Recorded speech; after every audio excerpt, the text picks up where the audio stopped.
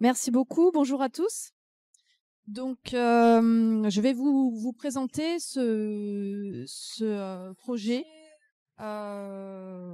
Épilèpre 1, qui est un projet qui a permis une approche One Health de la lèpre en Guyane, mais vous verrez aussi qu'on peut tenir compte des résultats pour l'ensemble de l'Amazonie.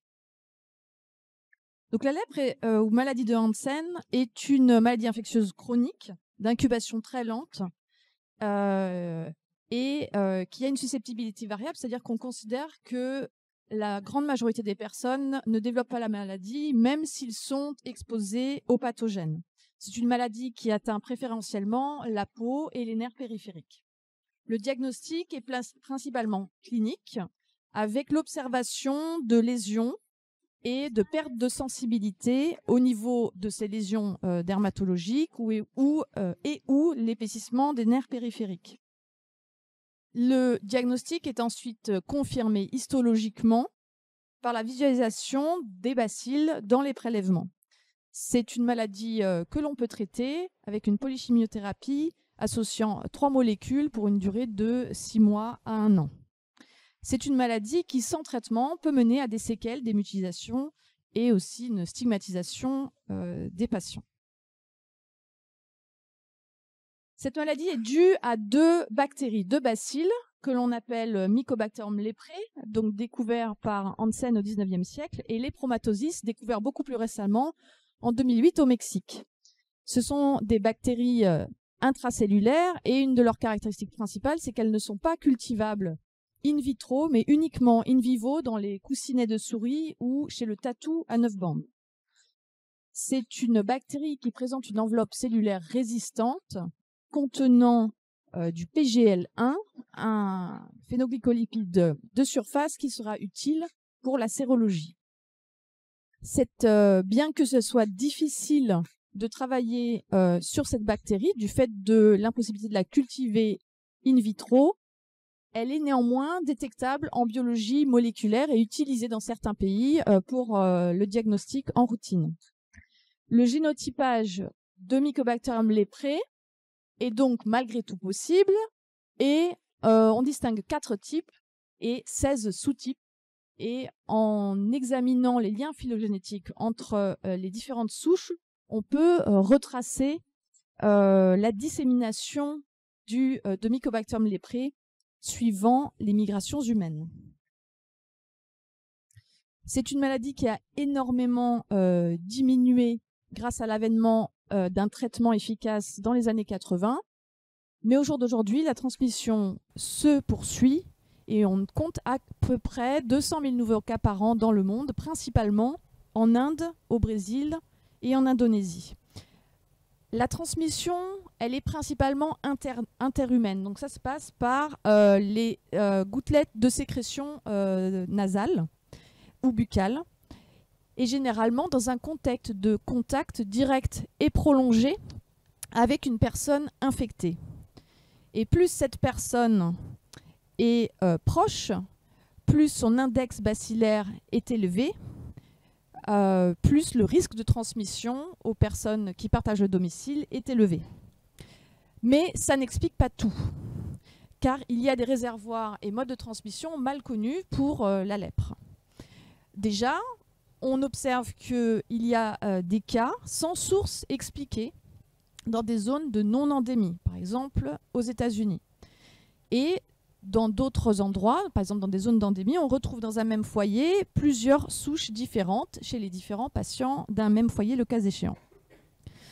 On se pose aussi la question des cas subcliniques dans le réservoir humain qui semble être assez important et qui pourrait aussi être à l'origine de transmission interhumaine. Récemment, surtout, il a été découvert des réservoirs animaux chez des primates, des écureuils roux et chez les tatous. Et ça, c'est quelque chose qui est relativement récent, puisque la question a commencé à se poser il y a même pas 20 ans. Et il se pose aussi la question d'un réservoir environnemental avec la possibilité de transmission éventuelle par l'eau et la terre. Alors on va parler des tatous, qui sont donc le principal réservoir animal connu. Les tatous, il y a environ une vingtaine d'espèces, Et toutes ces espèces sont localisées uniquement dans les Amériques. On retrouve des tatous sauvages infectés à peu près partout dans les Amériques, nord, centrale et du sud. Et 2 espèces, donc Dasypus novem cinctus, le tatou à 9 bandes, que l'on retrouve des États-Unis jusqu'en Argentine, et Eupractus sextinctus, le tatou à 6 bandes, qui lui est retrouvé au Brésil. Chez l'animal, l'atteinte est similaire à l'homme. On n'a pas de maladie visible, sauf à un stade très avancé que finalement on ne voit quasiment qu'en laboratoire.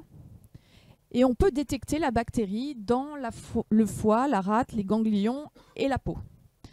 Les méthodes de détection chez l'animal, c'est la sérologie, la biologie moléculaire et l'histologie. À ce jour, on connaît une souche qui touche le tatou.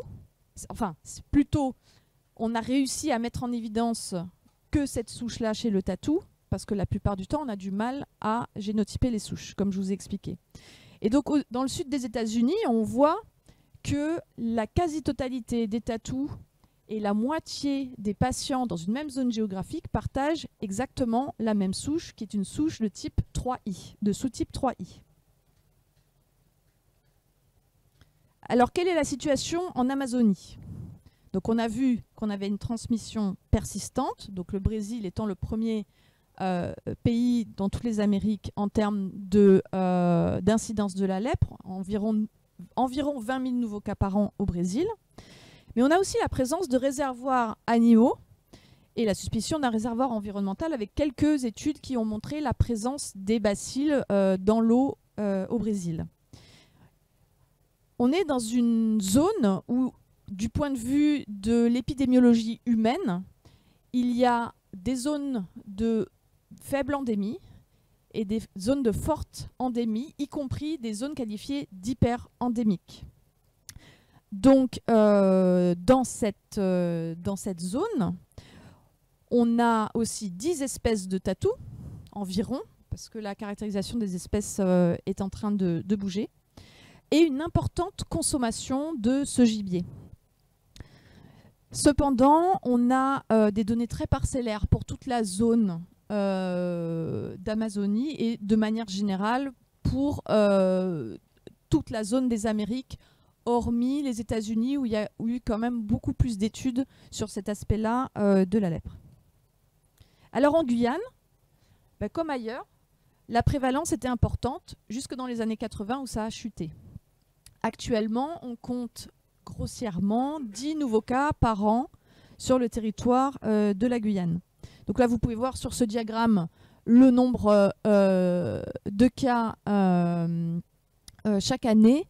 Il y a eu 2 moments, effectivement, où on a dépassé le seuil d'incidence qui est de 1 pour 10 000 habitants, mais on est dans une zone qualifiée de faible endémie.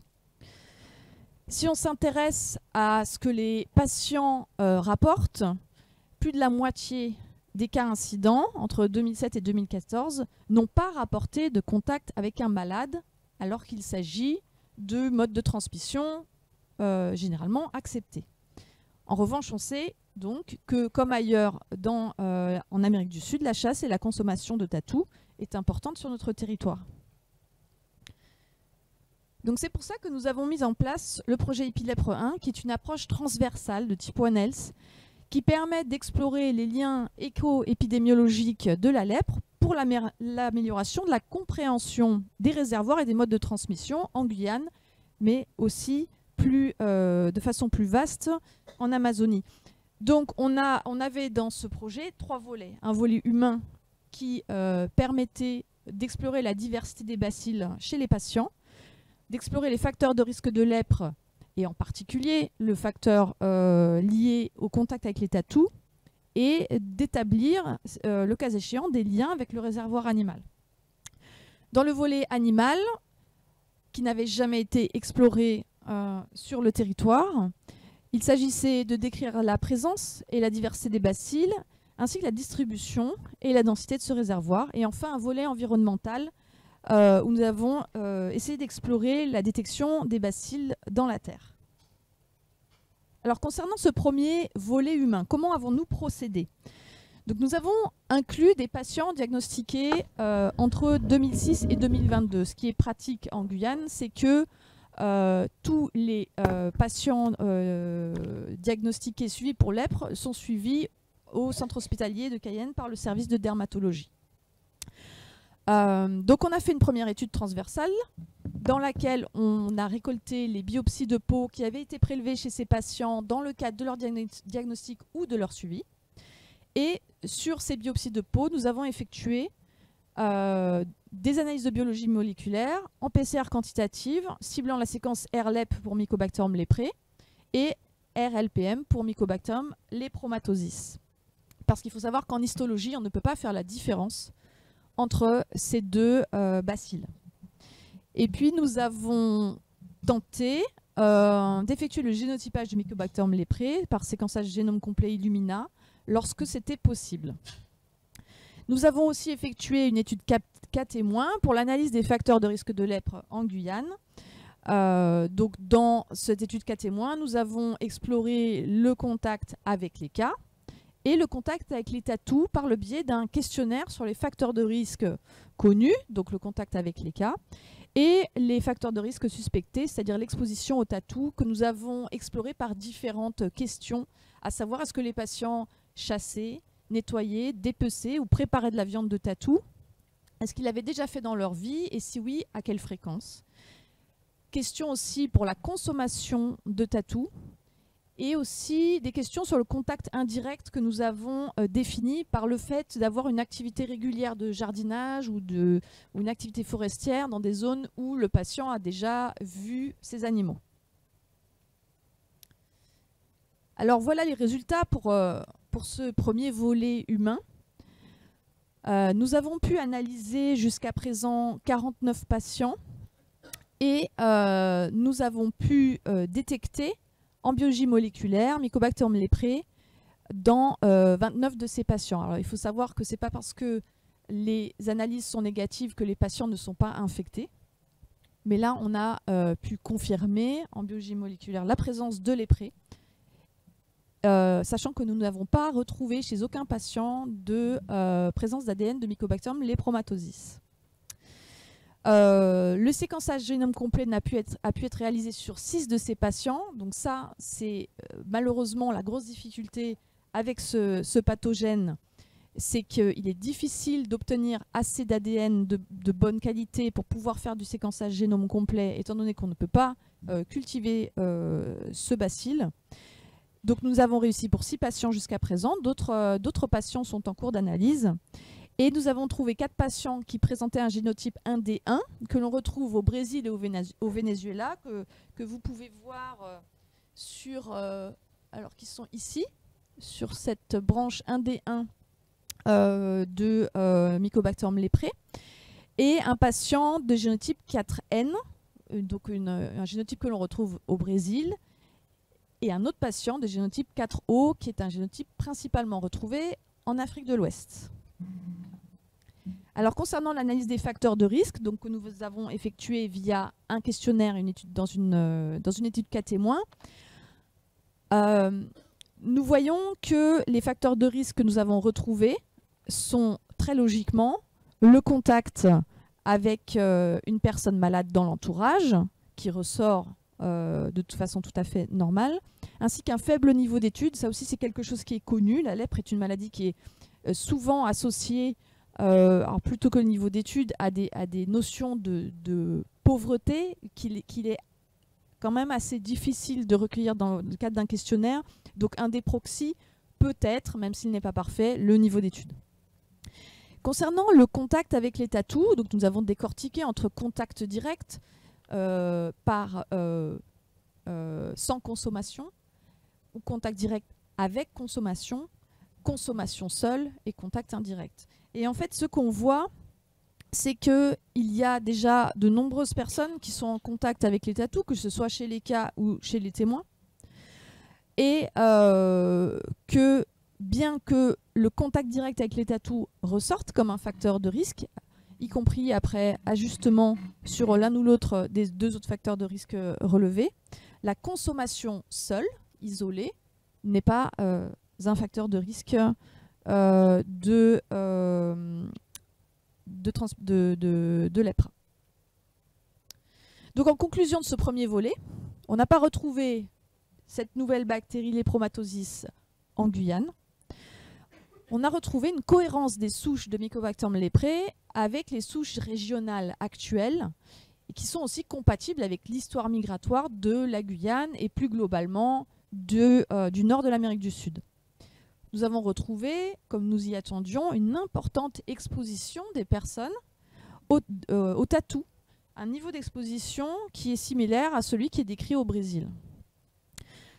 Bien que les analyses soient difficiles pour les facteurs de risque de lèpre, ce que nous avons trouvé, avec donc un risque situé entre 2 et 3 pour le contact direct avec les tatous, ceci est cohérent avec la seule méta-analyse réalisée sur le sujet par une collègue brésilienne qui a retrouvé un odds ratio de 2,6 pour ce contact direct avec les tatous. Ce que nous avons retrouvé, c'est que la consommation n'est pas un facteur de risque, ce qui est assez logique, étant donné qu'une cuisson suffisamment longue détruit le bacille. Chez nos patients et chez nos témoins, et de façon générale quand vous discutez avec les gens, les chasseurs qui ont des contacts directs avec l'animal se retrouvent la plupart du temps aussi à manger leur gibier, mais en revanche, il y a de nombreuses personnes qui consomment le tatou sans jamais avoir eu de contact direct avec la viande crue. Se pose quand même le rôle de l'exposition environnementale, étant donné que chez nos patients, nous avons environ un tiers qui ont rapporté avoir eu un contact avec une personne malade, environ un tiers, je vous donne les chiffres très grossiers parce que je ne les ai pas précisément en tête, qui n'avaient pas de contact avec un malade, mais qui avaient des contacts directs avec les tatous. Et puis, pour un autre tiers, on retrouvait ni l'un ni l'autre de ces expositions possibles. Voilà pour le volet humain. Alors passons maintenant au volet animal. Je vais vous présenter rapidement les tatous que nous avons ici en Guyane. Nous avons 4 espèces. Donc le plus en haut à gauche, le plus fréquent, ce qu'on appelle tatou à 9 bandes, mais bon, qui a été récemment redécrit, Dasypus guyanensis, donc le tatou à 9 bandes, on va l'appeler comme ça. On le retrouve uniquement sur le plateau des Guyanes, comme vous pouvez le voir en orange sur la carte à côté de lui.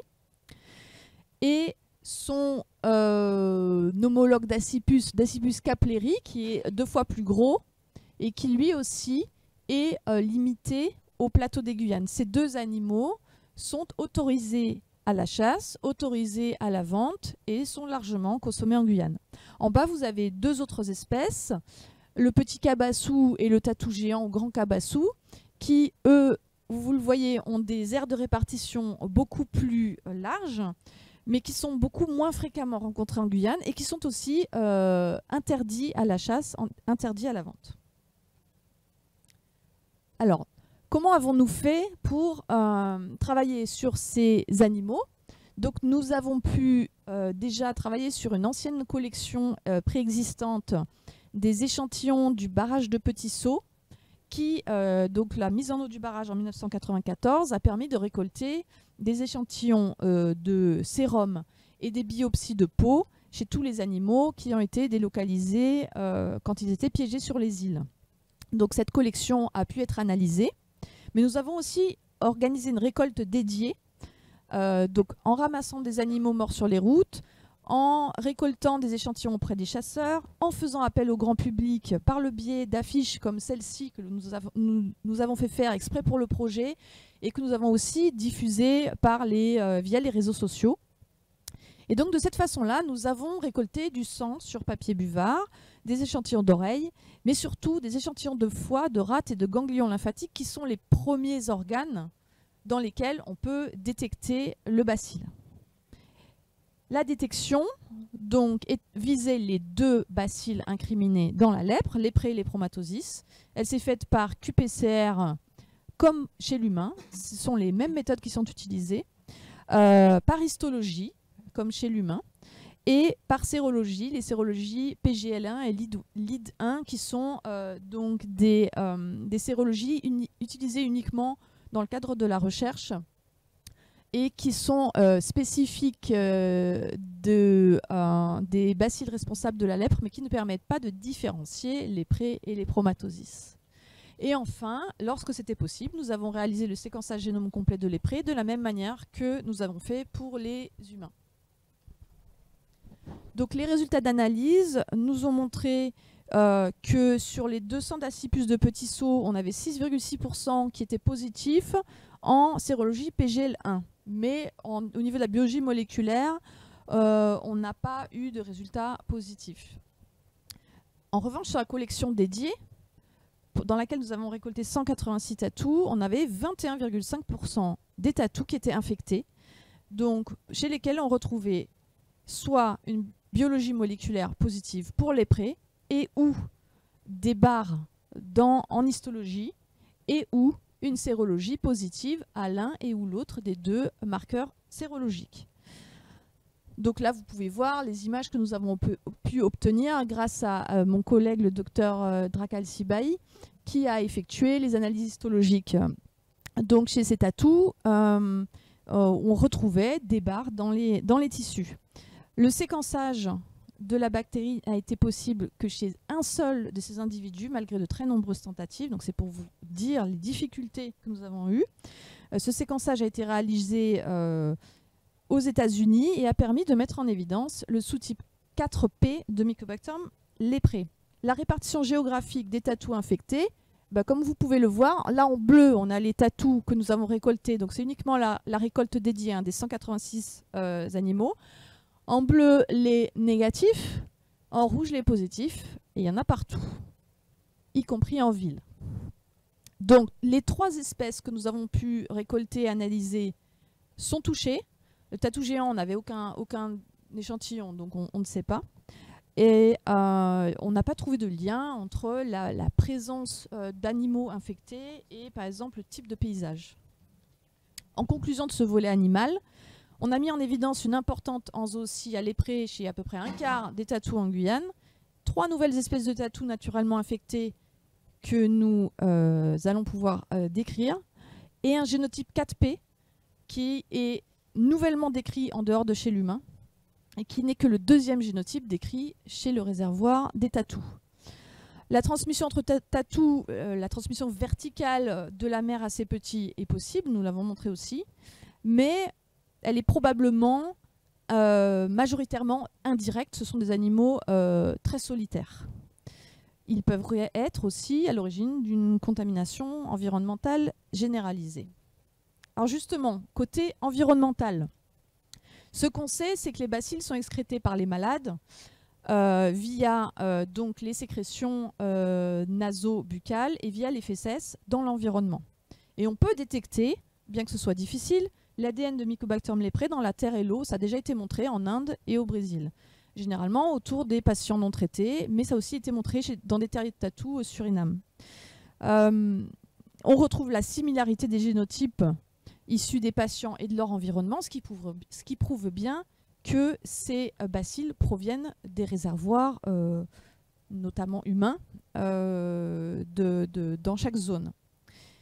On sait par ailleurs, par des analyses expérimentales, que la survie extracellulaire du bacille est favorisée dans la terre et favorisée en conditions d'humidité et d'obscurité. Alors nous avons fait des prélèvements d'échantillons de terre dans 2 types d'endroits différents, dans des entrées de terriers de tatou dans 5 réserves naturelles et à l'ancienne léproserie de la Karouani. Nous avons effectué l'extraction d'ADN avec des kits spécifiques et nous avons effectué les analyses de biologie moléculaire telles que dans les 2 autres volets. Au total, sur nos 133 échantillons de terriers de tatou et 47 échantillons de la Karouani, nous n'avons trouvé de signal positif que dans 14 terriers de tatou. Mais le taux de positivité est très variable selon la technique d'extraction et donc il faut que l'on continue à améliorer nos techniques d'extraction d'ADN de la terre parce que pour le moment, on n'a pas encore la possibilité d'effectuer le séquençage de ces bacilles. Donc en conclusion générale de ce projet Épilèpre 1, c'est la première fois qu'il a été fait un projet qui aborde les 3 aspects de l'écoépidémiologie de la lèpre, Généralement, ça a été fait soit chez l'humain seul, chez l'animal seul, ou éventuellement 2 volets, mais jamais 3 en même temps. Donc, on propose ce schéma de transmission qui pourrait être une base pour essayer de comprendre la situation en Guyane, mais plus largement en Amazonie, où on voit en fait qu'il y aurait un cycle de transmission au sein de chaque réservoir, et avec une particularité qui est que finalement, le terrier de tatou, donc j'ai pas précisé, mais les tatous sont des animaux fuisseurs qui passent toute leur journée dans les terriers. Ces terriers de tatou pourraient être un lieu concentrateur et conservateur des bacilles, parce que c'est là que le tatou passe la majeure partie du temps. C'est là qu'il défèque. Il y a aussi un partage des terriers que nous avons mis en évidence dans une autre étude de plus d'écologie animale. Il y a aussi un réservoir à Meubozer, j'en ai pas parlé parce que j'ai pas le temps là, mais qui pourrait aussi participer à la conservation de ces bacilles dans cette zone vraiment, dans ce micro-écosystème vraiment très favorable à la survie intra- et extracellulaire du bacille. Donc, maintenant qu'on sait ça, quelles sont les pistes de réflexion pour un éventuel contrôle de cette transmission zoonotique? Alors, on ne peut pas envisager ni de vacciner, ni de traiter, ni d'éradiquer le réservoir animal. Donc finalement, le seul levier serait de protéger l'homme par la diminution de l'exposition au tatou, la vaccination BCG qui apporte une protection partielle contre la maladie, et la sensibilisation, notamment des personnes exposées comme les chasseurs, à faire attention, se protéger lors de la manipulation et surtout connaître les signes précoces de la maladie pour une prise en charge adaptée et rapide, permettant aussi d'éventuels cas secondaires. Pour terminer, quels sont les développements et perspectives? Donc, dans le cadre de la recherche, nous poursuivons sur cette thématique, et notamment avec le développement de l'Armabot, qui est un robot explorateur de terriers qui devrait nous permettre de faire des prélèvements à l'intérieur des terriers et non pas juste à l'entrée. Nous espérons pouvoir mettre en place prochainement Epilèpre 2, donc la poursuite de ce premier projet, avec une mesure d'exposition aux bacilles par sérologie en population générale et chez des populations exposées, l'exploration du réservoir animal et environnemental plus poussée, notamment grâce à l'Armabot. Et puis un projet de collaboration et de comparaison avec la Floride est aussi en cours, parce que contrairement au Brésil, étant donné que nous on a une faible endémicité chez l'homme mais une forte endémicité chez l'animal, on pourrait plus facilement explorer ces aspects-là de la transmission quand on n'est pas écrasé par le poids de la transmission interhumaine. Donc voilà, de nombreux partenaires ont été sollicités dans le cadre de ce projet, que je remercie aujourd'hui très chaleureusement pour leur aide précieuse. Donc voici les partenaires et les financeurs des projets Epilèpre 1 et Armabot. Merci pour votre